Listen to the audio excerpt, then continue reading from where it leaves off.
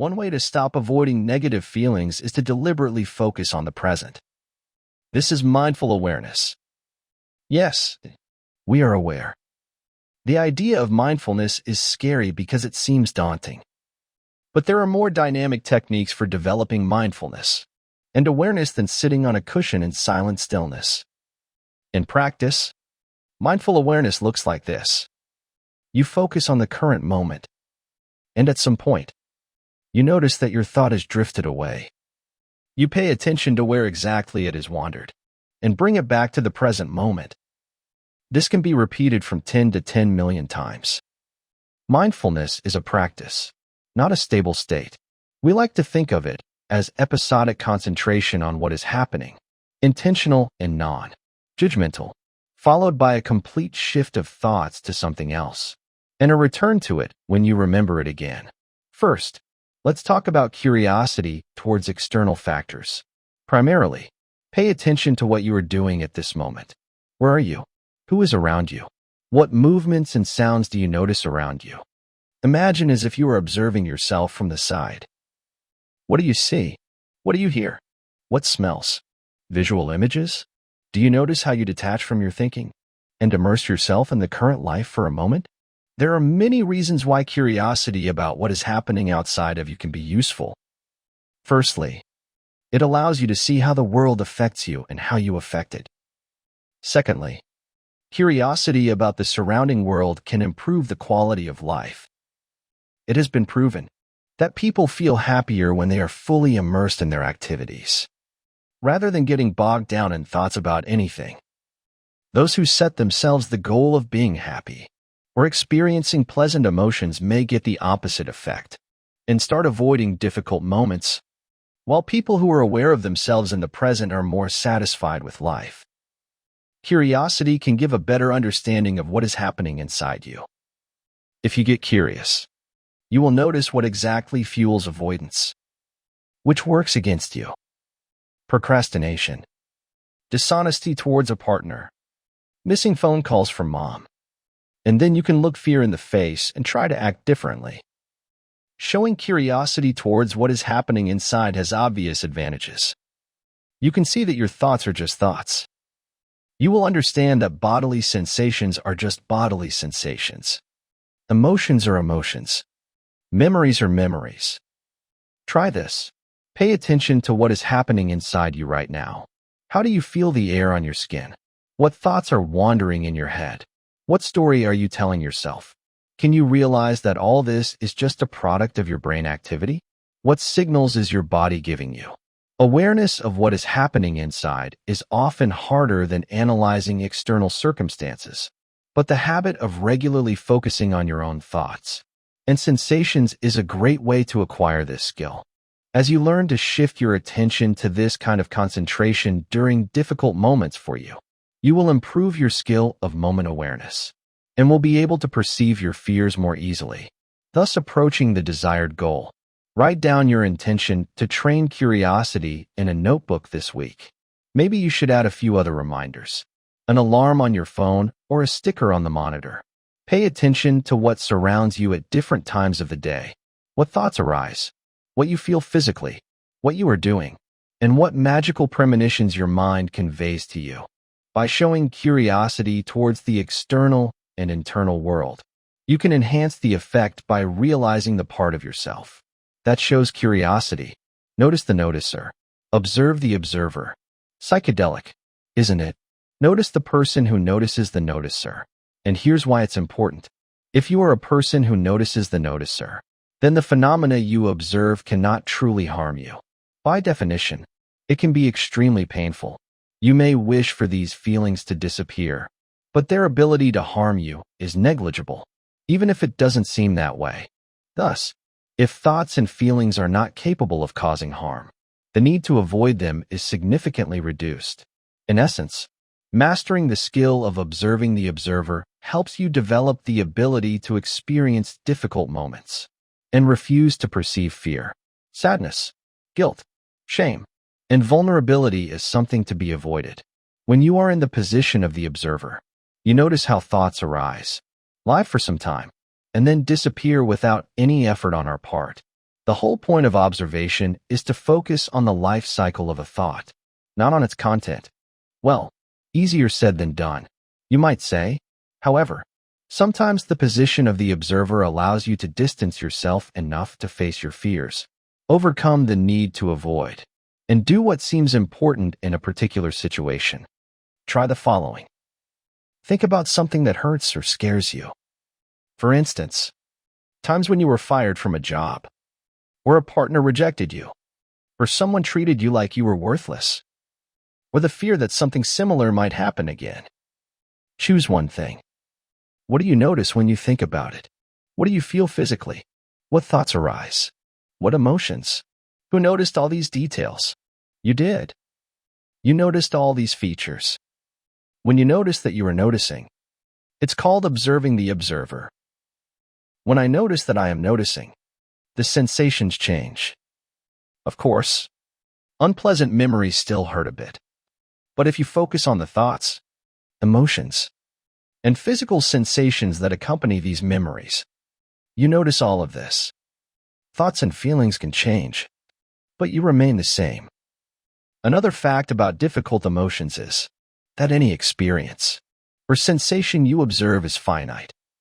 No matter how hard it is, it won't last forever. And this is the time to take the position of the observer. Even if you are deeply saddened by something, at some point, you want to eat a sandwich. And if you think about what bothered you a month ago, you will most likely realize that you don't even remember some of the difficulties. The position of the observer allows you to notice the change of feelings, and you will not need to avoid them to focus on other aspects of life. Imagine what you could tell yourself. Look, changing jobs scares me. Fear sits in my chest. If it had a voice, it would say, "Don't be foolish. What will you do if nothing works out?" But I know that such thoughts arise when I take risks, and now it's important for me to take a risk. So I will just observe with fear, and with these thoughts until something else takes their place. Imagine how much you could do with this attitude. So, find time to take a notebook, and focus on what is happening around, and inside you. What is happening near you? Are there any sounds? If you stop listening and look around, what do you see? Close your eyes and feel the air on your skin. Notice how you inhale it with your nose and exhale again. Do you smell anything? What thoughts visit you? Write down your feelings. Now notice that it is you who notices all these details. Notice that there is an observer noting all these features. Finally, add to the description of your feelings the impression of what it is. Like to notice such things. It's okay if the task seems difficult or you are not very talkative. The goal is to practice observing yourself, noticing what is happening.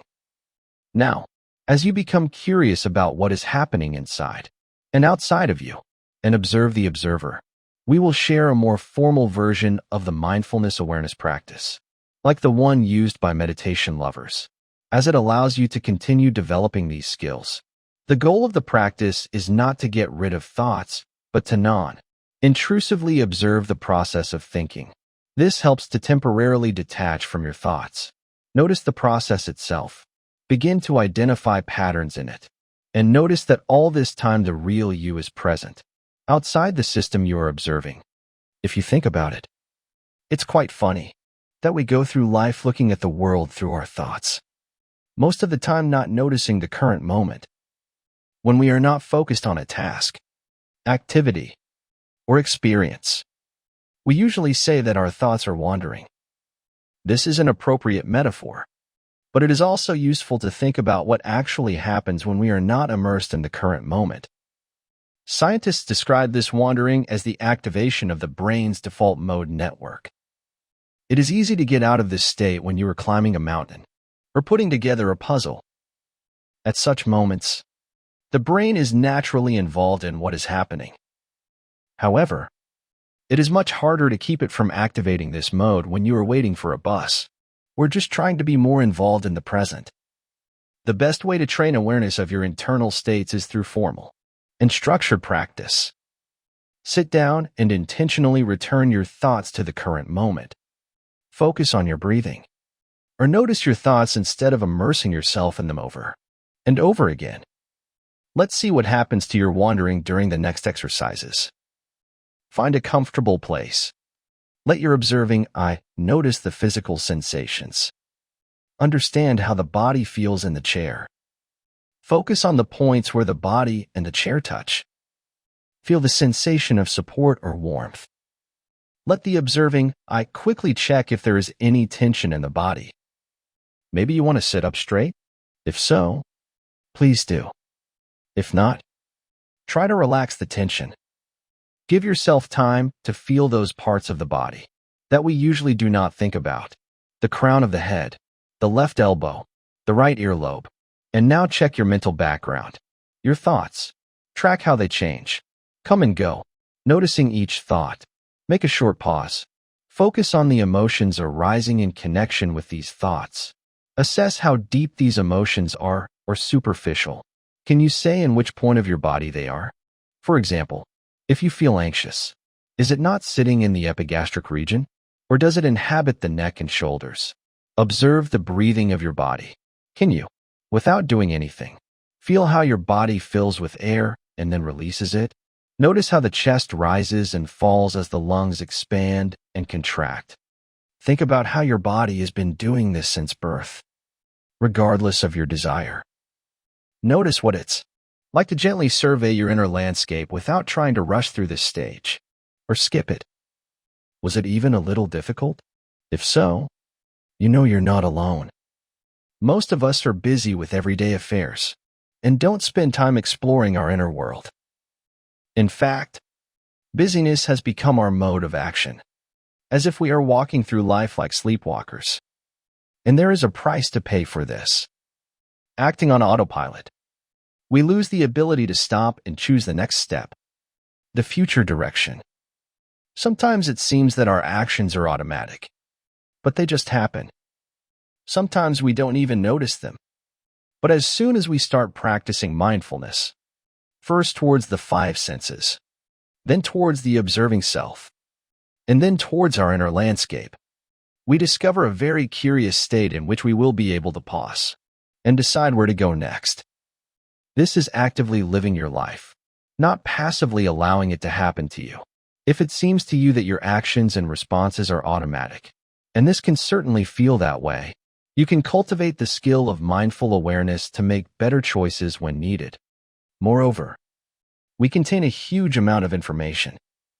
As we have already said, emotions, thoughts, and physical sensations are information. They help us pay attention to what is really important. They prompt us about how we feel in our relationships, work, and other matters. If we avoid or try to rush the analysis of our states, we will lose. So, set aside a few minutes each day for the exercise mentioned above. It won't take much time or strenuous training.